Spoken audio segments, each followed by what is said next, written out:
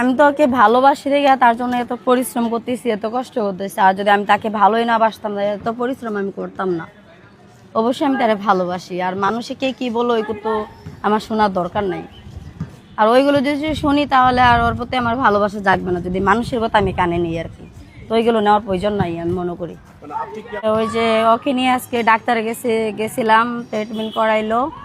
আর ওর হাতে একটু সমস্যা হয়েছে, মানে চর্মরোগ হচ্ছে তো, তাই ডাক্তারে ট্রিটমেন্ট করায় বললো মলম দিবে। মলম দেওয়ার পরে এগুলো মানে নিজের লাগাই টাগাই দিব।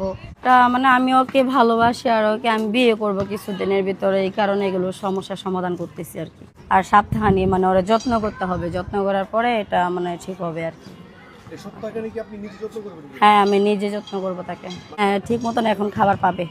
ডাক্তারে বলছে তো মানে ওরে মলম দিবে বা এগুলো লাগাইবার জন্য, আর হচ্ছে গিয়া যত্ন নিবার জন্য বলছে আর কি।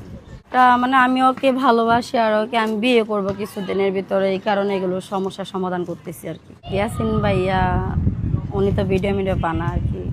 আমি তো ওকে ভালোবাসি দেখে তার জন্য এত পরিশ্রম করতেছি, এত কষ্ট করতেছি। আর যদি আমি তাকে ভালোই না বাসতাম না, এত পরিশ্রম আমি করতাম না। অবশ্যই আমি তারে ভালোবাসি। আর মানুষে কে কি বলো ওইগুলো তো আমার শোনার দরকার নাই। আর ওইগুলো যদি শুনি তাহলে আর ওর প্রতি আমার ভালোবাসা জাগবে না, যদি মানুষের কথা আমি কানে নিই আর কি। তো ওইগুলো নেওয়ার প্রয়োজন নাই আমি মনে করি।